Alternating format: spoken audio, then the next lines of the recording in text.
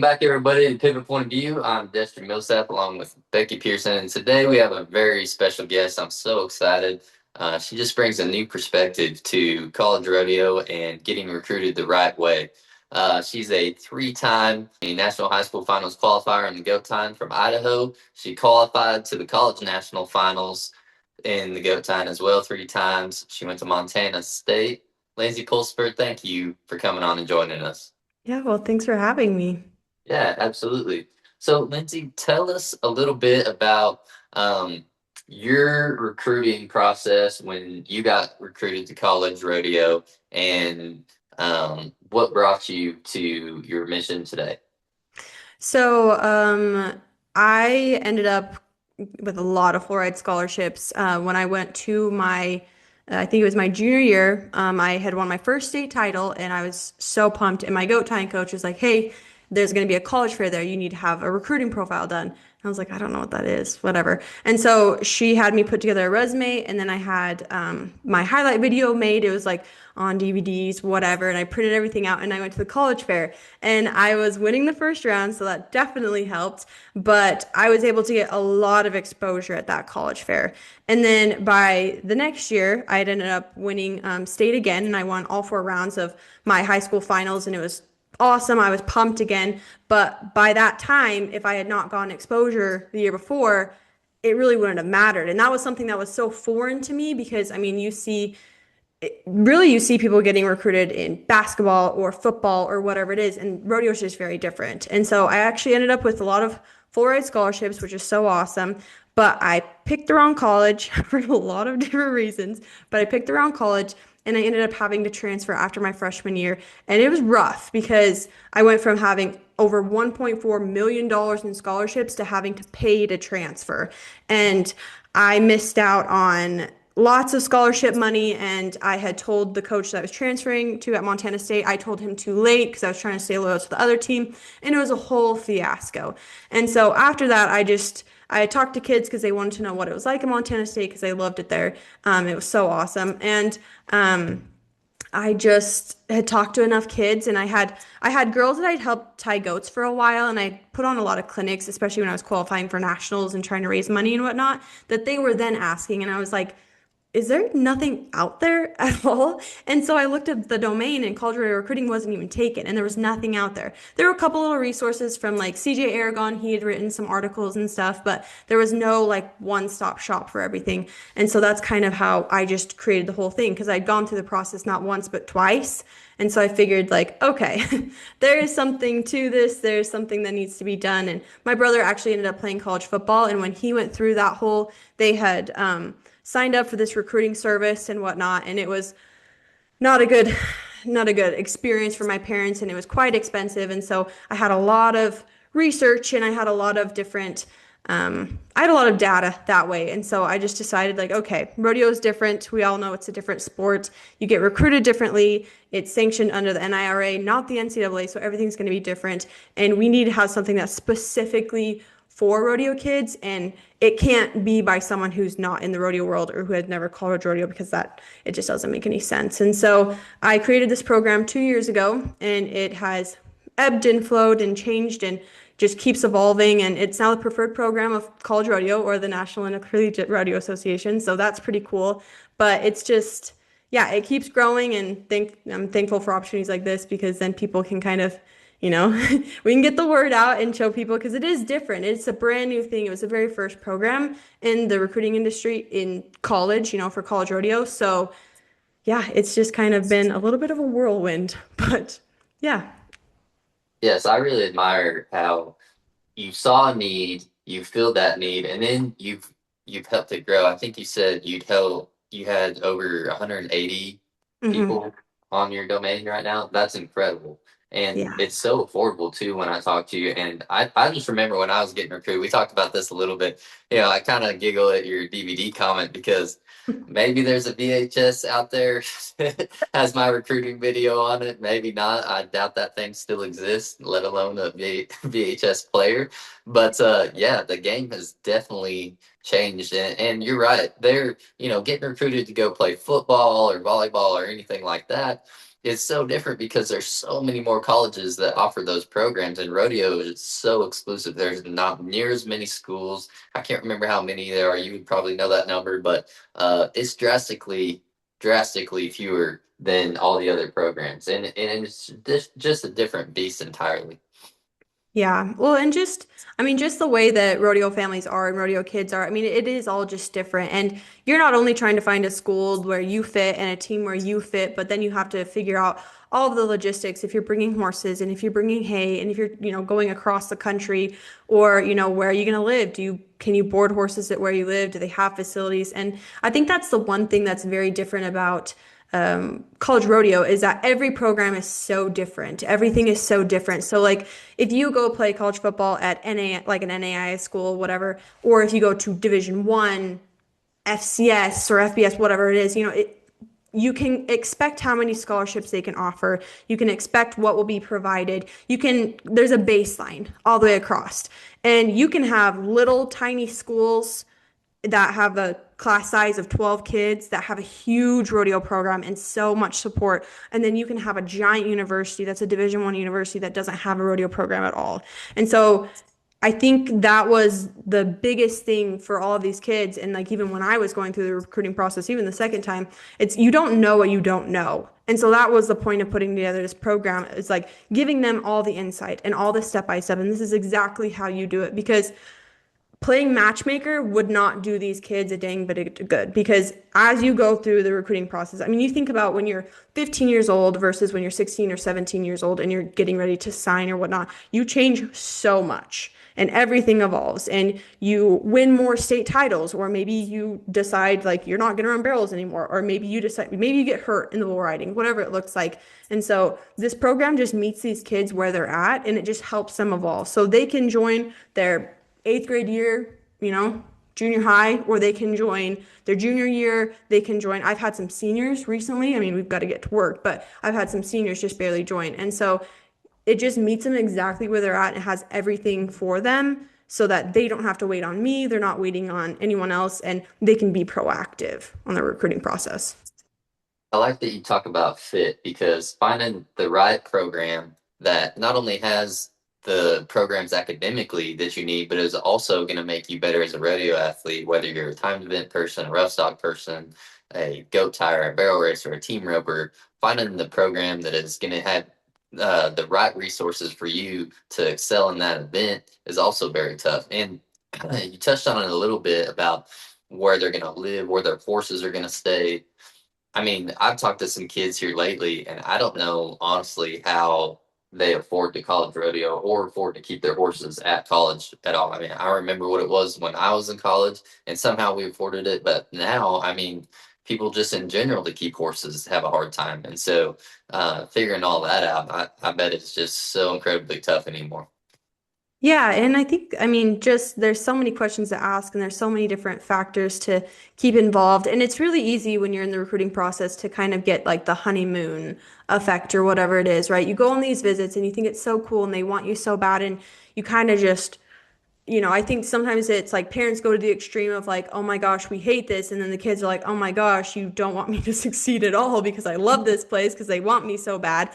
And so that's where like this program kind of meets them in the middle and kind of, helps both sides just because it's like there are so many things. And if you don't ask the questions, you're going to have to deal with it anyways. And that's what I ran into like my very first program because I went there. I felt like I really needed to go there because they had done so much. I was the first full ride scholarship they'd ever given in their entire program. And they wanted me to help build a program. And I was like, oh my gosh, this is so awesome. And, I just felt like I owed them that. But there's a fine line that you walk of being almost entitled to something because we're not entitled to any of this. It's a privilege to be part of this sport and it's a privilege to college rodeo, but it's also you don't have to choose a program just because the coach did their end of the job to get you recruited.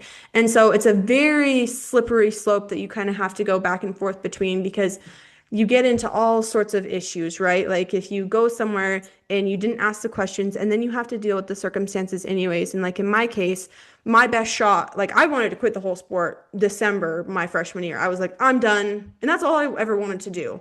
All I ever wanted to do was win the nation, right? That's all I ever focused on. And I had, of course, I was very driven in school, but that was it. I was like, I have 4 years to tie goats. So I have 4 years to college rodeo. That's what I'm focused on. But I was going to quit the whole sport. And I was like, I'm done. I'm not doing this. I hate this place. And, we went from 25 kids to like 10 kids. And then my best shot was to qualify for the college finals because I was sitting really good. And then hopefully get recruited in that process. And I did a lot of things wrong, which is why this program came to be. But it's just there's so much involved and everyone gets overwhelmed. Parents get overwhelmed, kids get overwhelmed. And then it's just their senior year. I don't know what happens their senior year, but it goes by exponentially faster than any other year. And it's crazy. And I don't have kids, so I don't know what it's like to be a parent, but I've watched a lot of recruits go through this process. And my sister, she's now a sophomore in college, and it's crazy. So this just allows them to get in early without feeling like they have to pay a bunch of money to get in too early, and then because it's the same cost no matter when they join, and then they can be more proactive because that's how you get more scholarships in the college rodeo world is you're more proactive. If you wait till January, February, March of your senior year, you're not going to have access to as many scholarships for a lot of different reasons. And so this just allows them to be more proactive, essentially. And I think, people don't know what they don't know. They don't know what Mhm. questions to ask all the time until you get there and you're like, ooh, yeah, I didn't ask about that. And then you find out late, and it's a huge transition. I mean, you go from being at home with your parents and that's all you knew to you're on your own pretty much. I mean, you Yeah. are out there in the world doing your thing, and you got to have a support system, especially if something happens, either to one of your horses or you have an injury. I mean, you have to be somewhere where you will feel supported in those instances. And not only that, but say you go to a community college to start out, get your classes right or whatever it is, whatever the reason that you go that route. And then after that, if you're going to pursue your bachelor's or pursue your master's, you got to find somewhere else to go. And so Yeah. I'm sure that process too, or I'm not sure how the rodeo world is with the transfer portal and stuff. It probably doesn't. It's definitely probably not the same, but just finding out the next step in their career. I mean, how does a person even know most of the time? So it's just great that you have the resources and the experience and the knowledge of these programs to try to help people go in the right direction. Well, and I mean, how do we expect 15, 16, 17, 18-year-olds to know what they want to do for the rest of their lives when, I mean, how many people do we know that are, in their 20s or 30s or 40s or whatever? They don't know what they're doing. And so it's so much pressure for these kids. It's like, and rodeo is a team sport in college, and we don't think it's going to be a big deal. We think it's going to only be like a positive thing. But the thing is that if you do go out of state or even just a couple hours away, you are then dependent on whatever that support system, like you were talking about. So if you don't have access to calves, there's no way for you to go home 2 hours away, whatever it is, right? And rub calves every night. So what happens? Does your dad bring a pen of calves up? Who's going to what arena do you, I mean, there's just so many different factors. It's like, because that's kind of what I thought. I was like, oh, well, I've been like practicing on my own slash with my siblings, but I don't like have a bunch of practices with a bunch of people that rodeo in my town. So I thought it would be just fine. And then you go somewhere where like I qualified for the college finals by myself and my parents couldn't help me. And so, and I did not get along with the coach at the time. And oh, and just to be very clear, like I went to Colorado Mesa before, like I transferred from there. I love the program there now. I just need to be very clear about that. I love the coaches there now. Like they're awesome. I'm very close with them. But yeah, it's a big difference. And you go from a lot of people are from not a lot, but a good majority are from rodeo families. And so you're used to that support and you don't realize that if you drop back to back, like if your mom can't help you warm up horses, you have to find somebody to help you warm up horses. Or if you have a horse that throws a shoe right before the last, regional rodeo or whatever, like I had to call my coach and we were literally on the way to going to have her. And I called my coach and I was like, I don't know what to do. My horseshoe is in Idaho. and we're in Montana, so I don't know what to do. So I drove to his house. He tacked on a shoe. We made it through the weekend, sent the horses home after. And so it's just there's just a lot of stuff. And I mean, and it's so hard for parents too because they're trying to be supportive and they're trying to, you know, help guide them as much as they can, but it is technically their kid's decision. But my gosh, how much money do these parents have invested in these kids at this point? So much money. And so it's That's just, yeah, it's a crazy process, really. Becky, you might be able to speak to that. Lindsay and I come from the side of, we were recruited, we went to college, we college rodeo. How about from the parent side, you have sent your kid to college rodeo. You've been around other parents that have sent their kids. What questions do you have from the parent side? Well, from a parent side, when I guess, when your child tells you that they want to go college rodeo, it sounds great. They've been doing this, they've dedicated their entire high school, junior high and high school career to this, like much like a lot of sports. But so it sounds great, but then the logistics of it all, so for Emma, she got offered a $2,000 scholarship to go to Fort Hayes, which great, that was wonderful. But, then we had to make sure she had a pickup and instead of a car. And so the pickup, cost $20,000.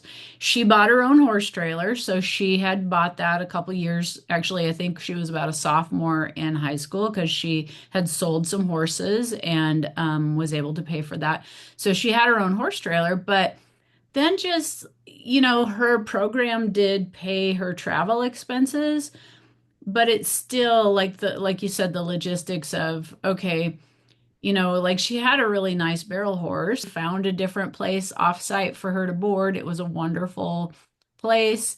But again, that cost extra money. And not to put like to rain on people's parade, but I do think it is very important for parents to understand that and to really look at that from the finances.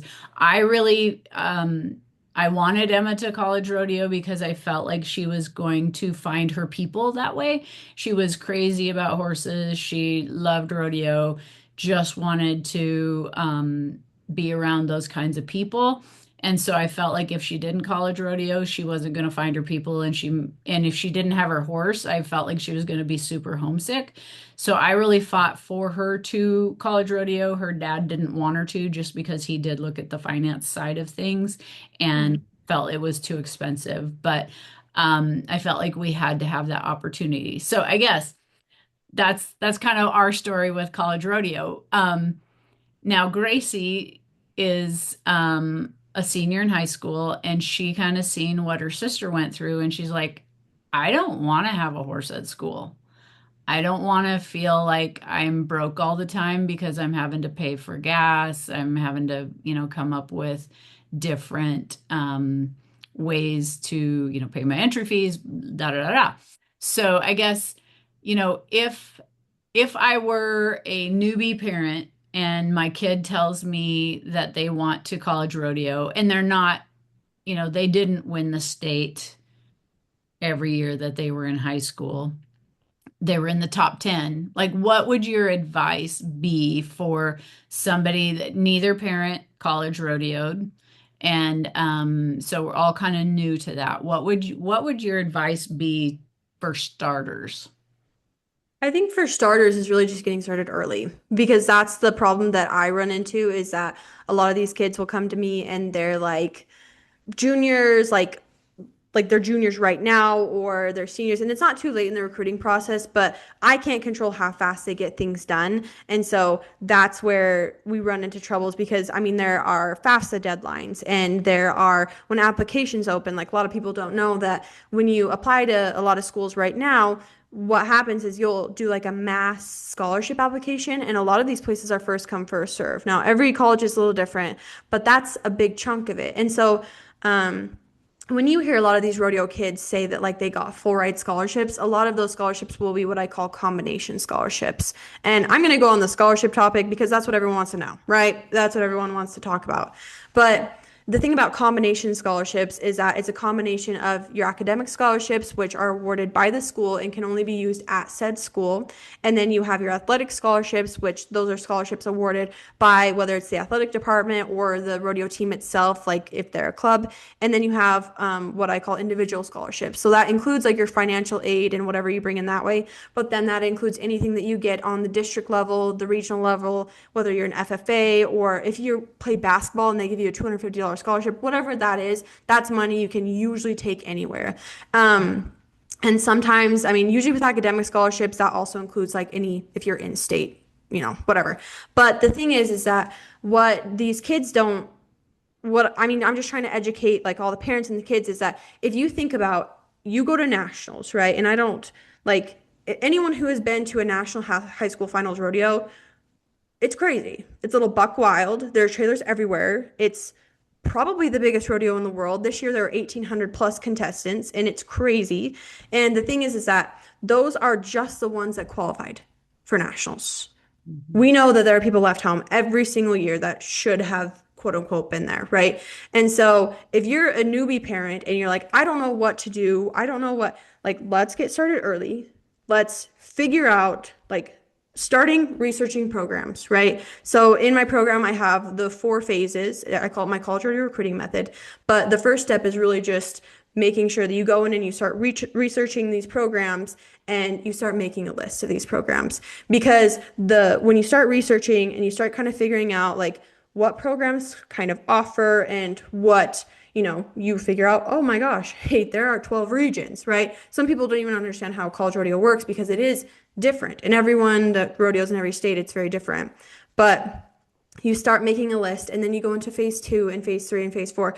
But the biggest part is starting early because it is with all these kids, number one, just rodeoing. A lot of them will play other sports. A lot of them are involved in FFA, or some of them have jobs, or some of them, they're involved in so many different things that if you wait until it's too late, you won't have access to as many scholarships because you don't even know where to apply. And so how are you supposed to know without doing that research first? And then people don't always apply for FAFSA because they don't think they'll qualify for anything, and they don't look for these other individual scholarships, and then they're not talking to these coaches, and by the time they're talking to these coaches are like, I have a roster that's full. There are so many of these programs that people don't understand is that they already tentatively have, even though they can't officially offer a letter of intent until March 1st of their senior year, they have basically a full roster. And so that's the other thing is like your junior year of high school in rodeo is your last full year of rodeo before you get recruited.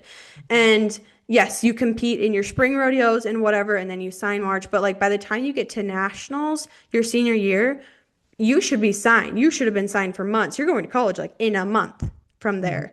Mm-hmm. And so really, it goes by super fast. And I understand that it's very intimidating to want to start the recruiting process because it's like, how do we do this? If we go about this, what if it costs too much money to even kind of invest in the beginning of the recruiting process? What if they don't even want a college rodeo?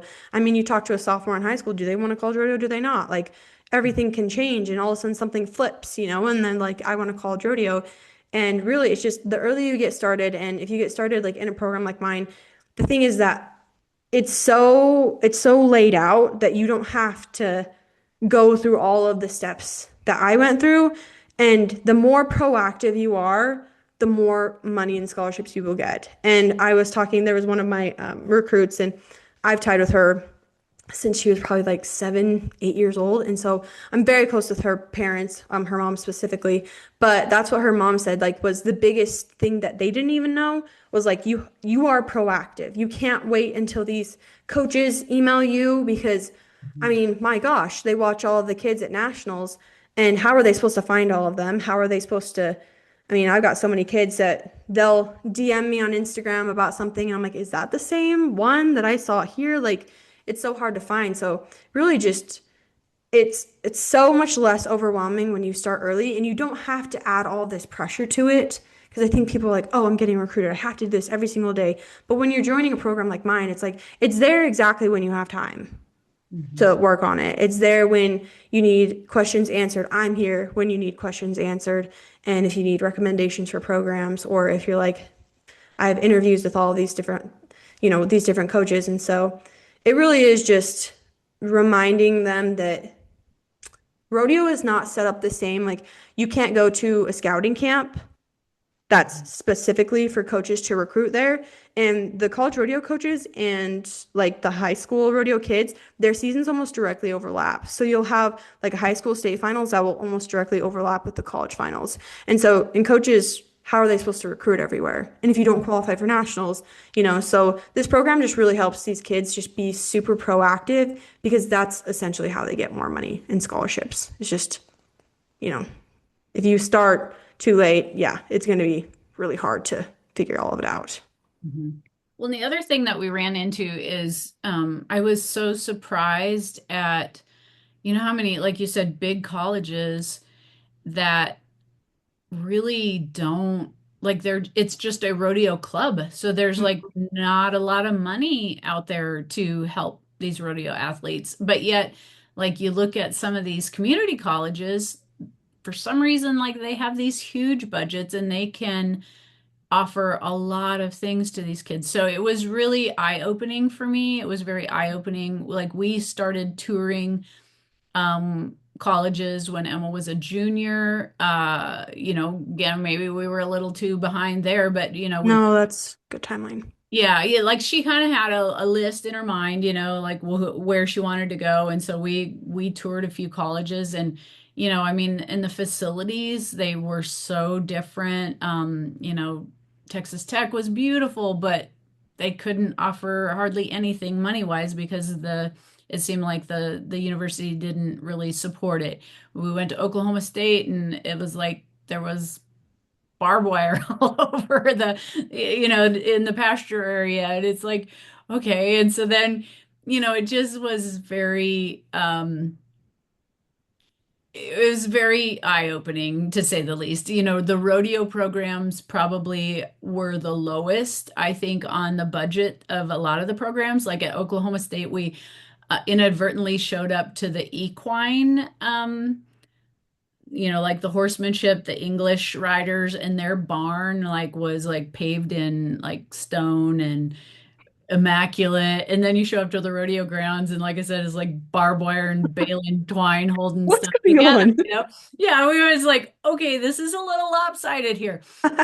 And so like, yeah, definitely like physically going and seeing the places was very eye-opening. And then I left it up to Emma to contact all the coaches. I'm like, this is your deal. I'm not, you know, this isn't me. Hmm. They're not recruiting me. They're recruiting you. And so just having them navigate that as well. Like, how do you do that? Do you text them? Do you email them? Blah, blah, blah. So do you kind of give guidance to the kids? Like okay, you have your list, your research, like where you think you want to go. Then the next step is, you know, this is the way you're going to contact them and blah, blah, blah. How does that process go? Yeah, so I'll kind of just like give you guys an overview of what it looks like, because it is a newer concept, right? But like in my College Rodeo Recruiting method, right? So we talked about like researching programs and making a list. So it's just a tentative list, right? So they go through, do this research, and I have information on all the programs, but I do have a lot of interviews, which the kids seem to really like. But then phase two is when they start creating their recruiting profile and then reaching out to coaches. So the recruiting profile is probably the biggest thing that I have questions on, and it is something that can definitely like make or break these recruits, right? So what I have them put in their recruiting profile is your normal highlight video, of course, and then I have them do a resume, because it kind of gives them a bigger picture of what these kids are like, if they play other sports, what they're involved in. I like them to do like a little mission statement. So a lot of them, come from a background where they're ranchers or very blue collar or whatever it is. So it kind of gives a background that way. And some of them aren't rodeo like families at all. And then they I also have them get 3 to 5 letters of recommendation, because that seems to be something the coaches really like. And I show them step by step exactly how to do. I even have like resources on what to send people, on ideas of how to write a letter of recommendation, like resources like that. And so then I have them put everything in a Google Drive folder so then they can share the Google Drive link because, you know, sending an MP4 or files are always too big. I don't know why they're always so big, but they just never send. And so that's how they create their recruiting profile and then they start reaching out to these coaches. So I have templates on, like I have email templates and I show them exactly how to do it. And then I also have like a follow-up method, right? So some of these coaches, the emails will go to spam. And then, so I'll have them contact, okay, like they send out their initial email, then they'll do a follow-up email, and then they'll do another follow-up email. And then if that doesn't work, they'll reach out via social media, and then they'll find like a contact number where they'll call that way. And so it just shows them exactly how to do it so they don't give up because sometimes it does go to spam. And if all is lost and they're not getting any contact, whatever, I just text the coach and be like, hey, so-and-so is like reaching out to you. Just want to make sure you're getting their recruiting profile. And then, they, you know, start reaching out to coaches and then kind of see what happens that way. And then phase 3 is when they start meeting with coaches and scheduling visits. So I always have them meet with coaches on Zoom or a phone call first because we do not need to have these kids going and spending thousands of dollars every single time they tour. Because I have a lot of Canadians in the program specifically. So going and touring schools is a giant deal for them. It's a massive trip. And they can only make like 1, 2, maybe 3 of those. And so I have them meet on the phone, preferably Zoom. But they schedule things and they lead the whole thing. All of my marketing and everything is towards these kids because they're going to be, like you said, they're the ones being recruited. So they meet with these coaches and I have a list of, oh my gosh, so many questions. But any questions that they can answer on their own, because there's questions about the rodeo program, there's questions about the town or the school, and then there's like about the experience, right? So they can answer a lot of those on their own via Google, but like anything like the practice facilities, what does their practice schedule look like? Do they like, what's the deal with the points team? Do they offer anything extra for the points team? Can you board your horses there? How much does it cost if you board your horses there? Is hay provided or is there a place to put hay? Like I have all of these questions going back to like the whole, you don't know what you don't know. If you've never called rodeo before, what are you even supposed to ask? And so they meet with these coaches via Zoom or a phone call, and then they'll send up like a follow-up, whatever. And then as they keep going and researching and meeting with coaches, and they'll find a lot of things that they liked about the coach of the program. So then they can decide, and the coach can decide too, like, do they want to schedule an actual visit? Because coaches are really always going to say like, yeah, just come out and see the place and whatever. And they're like, okay, well, that also costs money, you know? So then these kids and these parents, because I always like say, parents, if you want to be on these calls, absolutely. Just make sure your kid leads the conversation and ask whatever questions you want to. Just make sure they're leading the conversation. And so they schedule visits, whatever. Then the 4th phase, the last phase, is narrowing down their options and signing. And so when they're going through all these different phases, I take them step by step by step through. So it's like, what to say, what not to do. Like if you're emailing a coach, do not copy and paste these emails. Do not whatever, like, you know, giving them insights on there. And then just the questions is a big thing. And just they'll have like, I mean, I had a parent call me the other night and they're like, okay, my daughter wants to go here. She really wants to go here. We do not like it there. We do not feel like it's going to be a good fit. How do we navigate this situation? So I definitely spend a majority of my time helping the recruit themselves, right? They're the ones that usually found me on Instagram. They're the ones that they're like, hey, mom, will you please buy me this program kind of thing. And so we're usually the ones that are in contact. But then like if parents need help navigating whatever situation or whatever it is, then I'm another resource that way.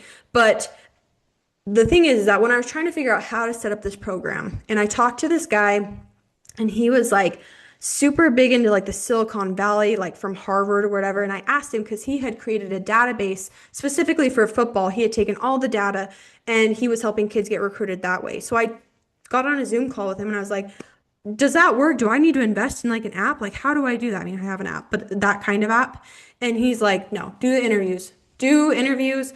Don't spend money on the data. Don't spend money on that. Don't try to play matchmaker because these kids need to go through this process and decide for themselves. Because if you tell them this is where you should go, then you're just another parental figure in a way that just decides the next chapter of their life. And so that's why I set it up to where these kids are taking them. I'm there every single step of the way. Every single step of the way, I review their letters of recommendation. I make sure to show them, like, because there's a lot of things where they will not understand how much scholarship money they've actually gotten.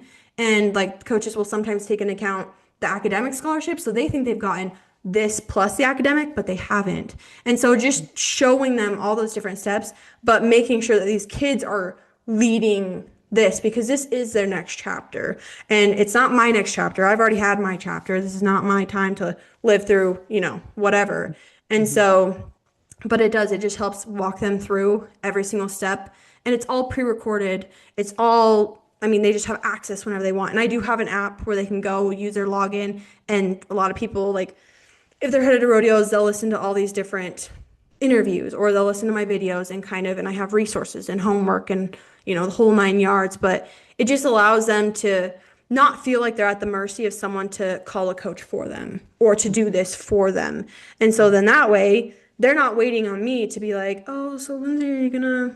No, because that's not how the rodeo world works. That's not what these coaches are looking for. And it allows them to just essentially just take charge.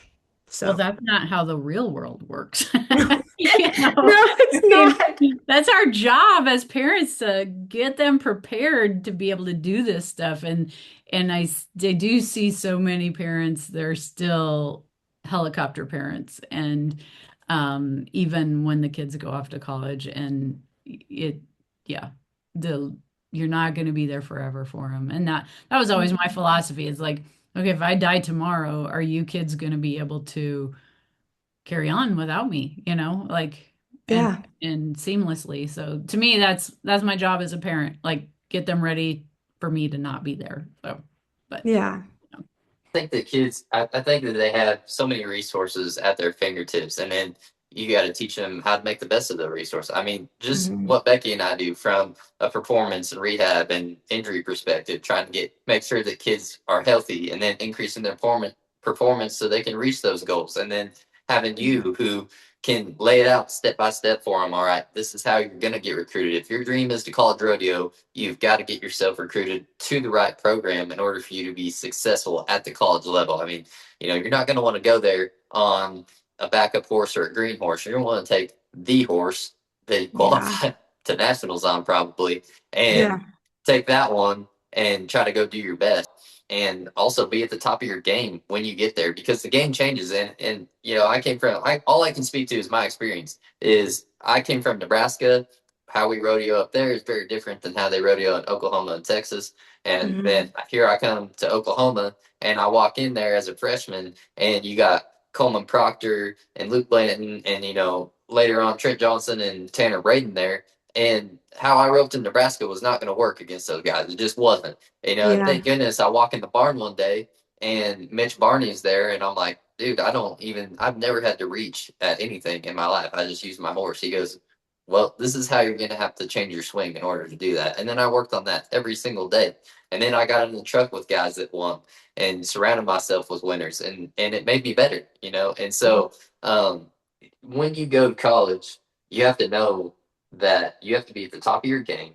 You have to have the resources to get to the top of your game, and you got to surround yourself with people that can make you better. And go to a program that has people in it or people around it to make you better. All I knew was I was going to college. I could take horses. I could train backup horses. I was going to rope every day. Everything sounded great. And then you get there and you're like, all right, this is a lot harder than I expected, but hey, I'm still getting to do what I love. So that's about all I knew about it. Well, and I just think that, I mean, the whole point of like this program really was to just break everything down and give people as many facts as I can. And I still continue to just, I interview these coaches and I try to, any information that I get, these kids get, right? And so that's the thing is like, I am just a firm believer that even if if you're scared of something, if you don't want to confront what's there, you're going to end up confronting it. So I would much rather, for my own sanity and maybe wanting to control things, I would much rather just have all the information. I want the facts. I want to know the good and bad because I can handle the bad if I can prepare for the bad or even just like prepare for what might happen, right? And so that was the thing is like when I decided to transfer, I was like, okay, I've done the whole thing where I was going to help build a program. That's not my job. I'm a recruit. I want to go somewhere to tie goats and I want to be somewhere where it's good to where I go to the college finals and I'm not even really, I mean, of course you're going to be nervous, whatever, but I'm not worried that I don't know what's there or don't know who's there because I want to tie with the best every single day. And so I picked Montana State and it was a great decision. And because life will happen and things will happen, that's not College Rodeo's fault. Like I went my freshman year, I ended up having to transfer. I had to miss the 3 rodeos just because of my situation. Every situation is different, but I missed the 3 rodeos and the last practice, seriously, like the Thursday before we left, both like for the first rodeo that I got to enter that fall, I get off my goat horse. Something pops in my knee. I don't know what it is because I'm running, so I can't really tell what it is. And then from there, it was like if I would have been in the program I was in previously, I would have been done. I would have been, I would have had to quit. I would have had to whatever, but I had coaches that supported me and I have the resources. I had access to the athletic, trainers and whatever. And I got in for an MRI. And I mean, Montana State's even changed since then because now they're a varsity sport. They weren't even a varsity sport when I was there. But I would find athletic trainers at the rodeos because, some of them would bring them and we got to be BFFs. And thank goodness because tape's expensive. Okay. Like all these different things are expensive. But if I would not have had a program that supported me enough that I could just stay afloat because life's going to happen. This sport is a hard sport. It is the most humbling sport and nobody will convince me otherwise. I don't care what data you have. You won't convince me otherwise. Bringing in farm animals that are kind of trained, drawing farm animals that hopefully are trained, probably not. And then it's just, yeah, there's just a lot of factors. But then if you have a program and you have this dream and you have all these different things, then you're able to make it happen because it's going to be hard. Things are going to be hard. You're going to have classes. The transition itself is going to suck. I don't care if you go to the best program in the country. I don't care if you go to the program that's the best fit. You're going to miss your mom. You're going to miss your mom. You're going to want your dad in the box with you. You're going to want all these different things. And so being able to help these kids find a place that can support what they want and support them exactly where they're at, but also be able to have the resources to get them where they want to go.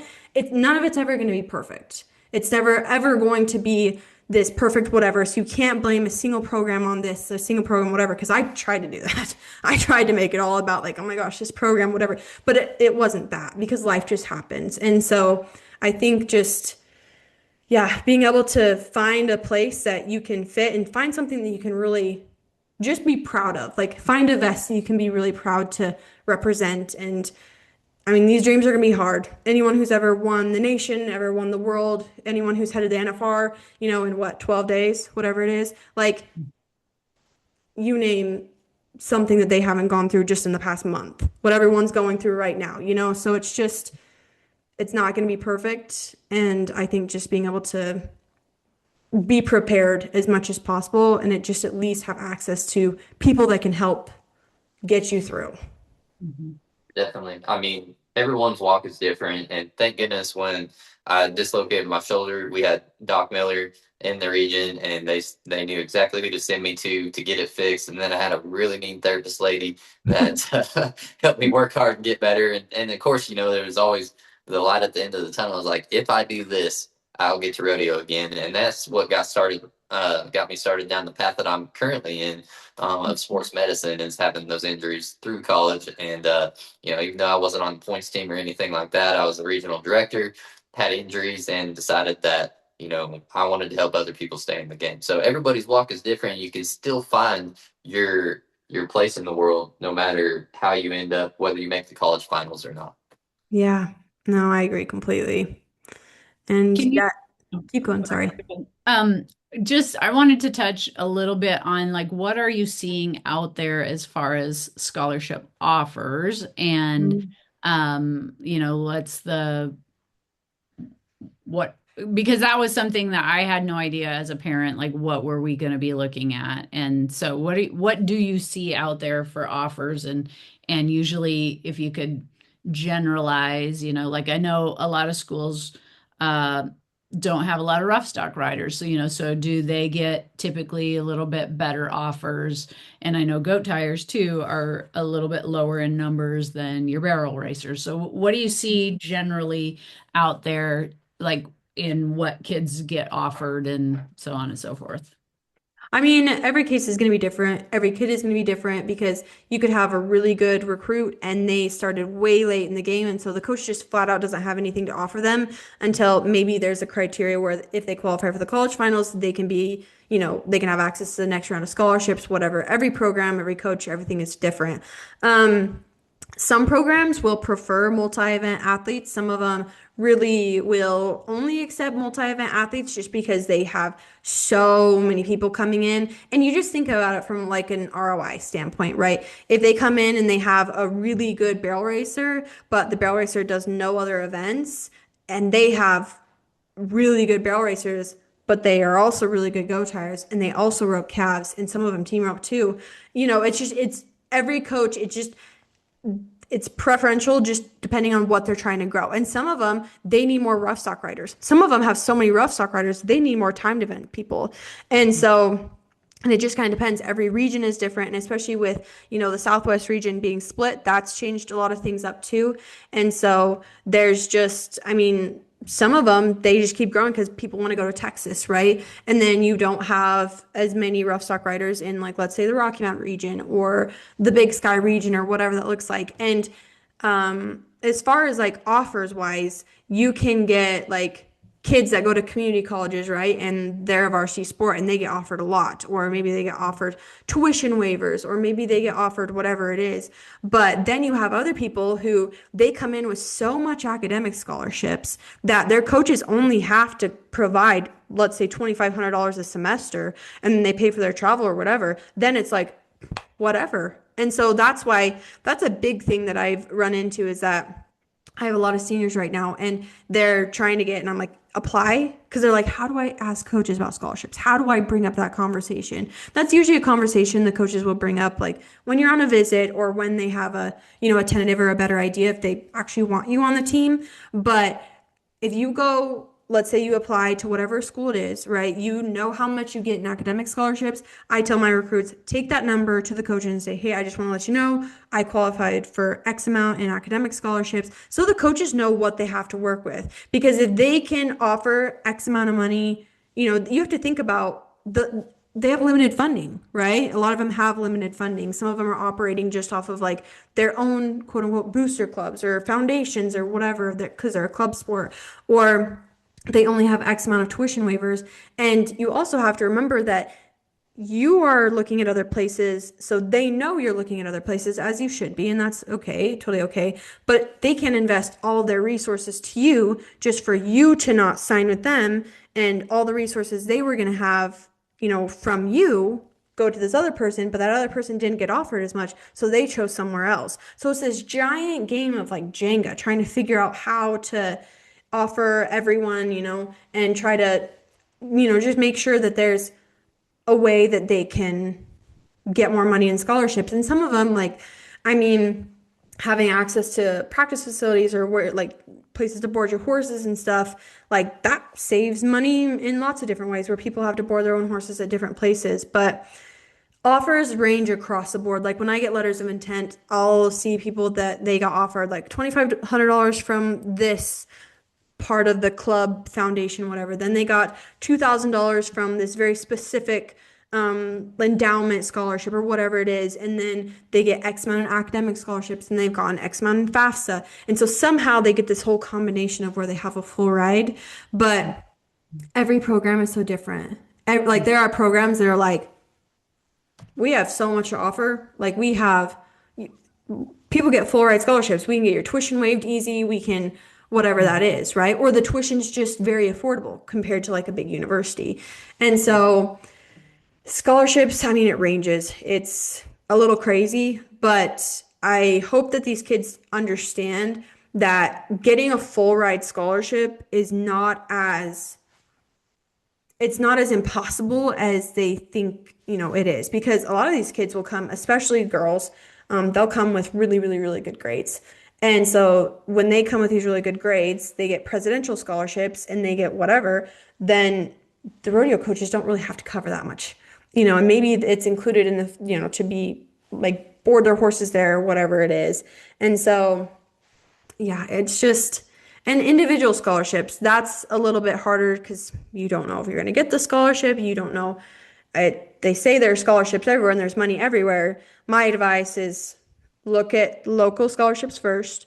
Look at all your owls clubs. Look at all your nonprofits in your community. Ask your school counselor, what are scholarships? Because there's plenty of money that's not left out there where everyone wants to apply to these giant, like Dick's Sporting Goods scholarships, which that's fine, but that's a nationwide kind of thing. And then just applying for every little bit that way and just making sure that, you talk to different companies and you talk to different things, but it's quite overwhelming.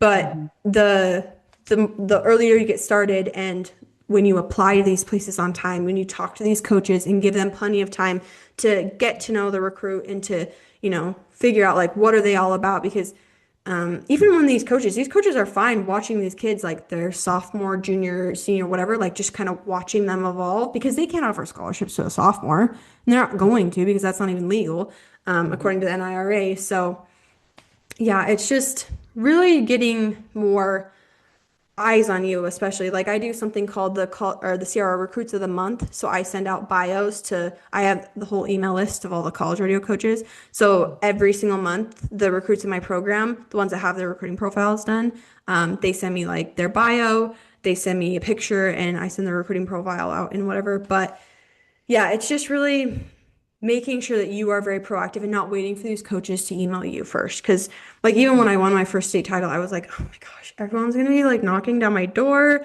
Dad, buckle up because they're going to be calling you. And yeah, two people called him because they were coaches that he knew and they found a Facebook post that he had posted and they're like, oh my gosh, Wayne, that's so sweet. And I was like, how does not everyone know? And I'm like, oh, there are 50 states. And then there are other countries that also, won their country or region or whatever it is. And so it is just realizing that letting, your pride, taking your pride, your ego, whatever out of it and just being like, okay, this is what I want to do. I want to get as many scholarships as possible. And how do you do that? Number one, you get good grades because when you become a student athlete, you are always going to be a student first. Even if you want to rodeo more than you want to go to school, it doesn't matter. Everyone in the real world doesn't want to pay taxes, but you have to. And so if you get good grades, and there's a big difference. And I mean, my gosh, if you've looked at, I mean, you of course have looked at, but if you see the grids where like if you would have gotten a higher SAT or ACT score or whatever, I mean, it's thousands and thousands of dollars just by raising it from a 27 to 28 when it's the ACT or whatever. And so it really is just putting as much effort as you can in the classroom and of course in the arena, but just getting yourself out there and getting yourself in positions where you just apply for these scholarships. And it is a lot of work, but I don't think any of these rodeo kids are really afraid of work because they're in a sport that requires it. So. Right. And would you say that this program is also really good for that college student that is already college rodeoing, but they want to transfer, that it would help them navigate that piece of it as well?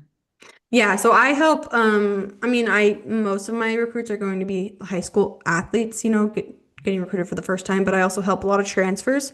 And then I also help international athletes. Like I said, I have a lot of Canadians, but the thing about like when they're transferring, the recruiting process is essentially the same. Like I have a whole transfer add-on, just different things they need to know and just, some other things about talking to the NIRA and different things like that. But really, essentially, the phases are the exact same. You're back in the recruiting process once again, but it's not like, if anything, you're ahead of the game because you kind of know what's out there, different things that you like and don't like. But yeah, it's essentially the same.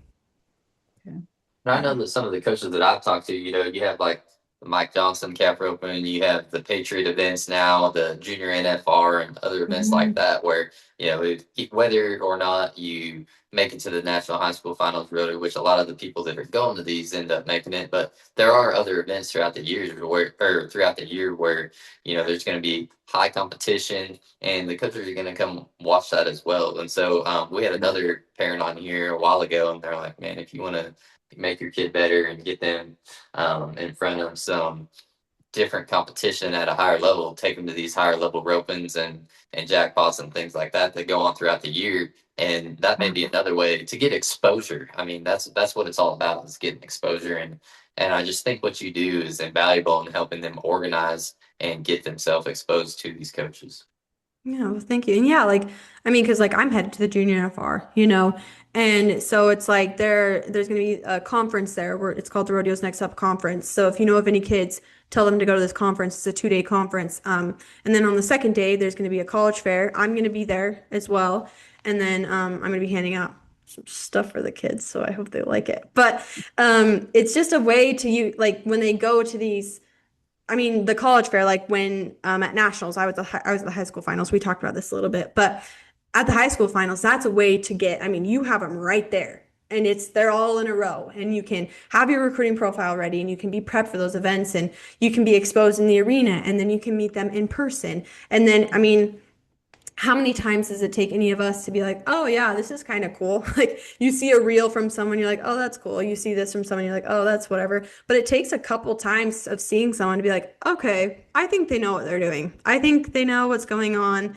And these coaches try to recruit all at once and whatnot. But yeah, and like the little britches finals, right? Like there's a ton of different associations. I mean, some of these kids just amateur rodeo. Some of these kids jackpot a lot. Some of these kids, I mean, the High School Rodeo Association is going to be one of the biggest ways to get recruited just because it's in every state and whatnot. But yeah, there's just a lot of different opportunities and just exposure is a huge part of it.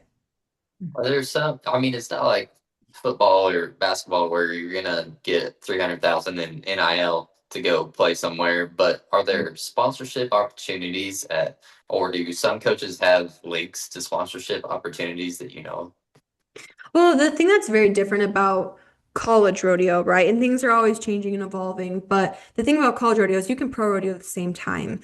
And so that's the biggest difference is you're not getting drafted. You don't have to wait. You don't have to, you know, it's just you can like there's a lot of these athletes that are sponsored to pro rodeo and the college rodeo at the same time. And as far as like usually with like through college rodeo coaches and whatnot, as of right now, anything that I've heard of is just your normal scholarship opportunities.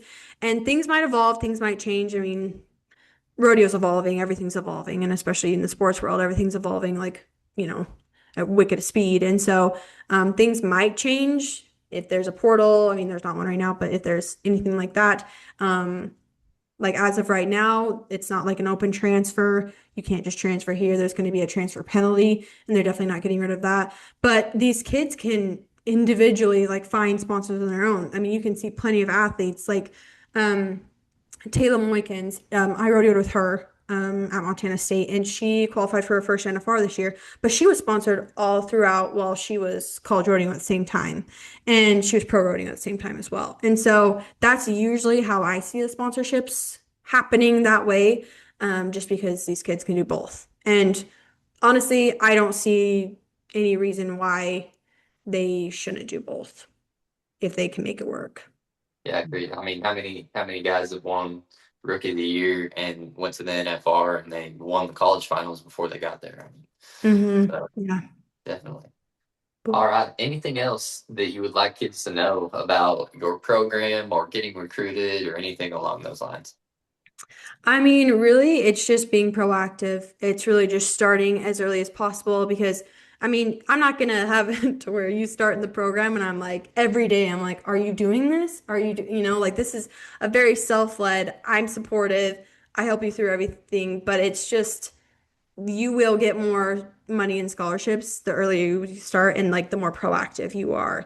And I mean, and these kids just, they're just so, I think sometimes we just don't give these kids as much credit because they have so much on their plates. They're in different sports. They're in school for, it feels like, a million hours a day. I don't really remember. I don't know how anyone in high school does that, because once you get to college, you're like, how did I go to school all day long? That doesn't make any sense. But it really is just allowing yourself to, if you're part of a program like this, I have all of the little things figured out. You don't have to worry about this information that you don't know. You don't have to worry about, oh my gosh, you just have to go through the program and go through the steps and ask the questions.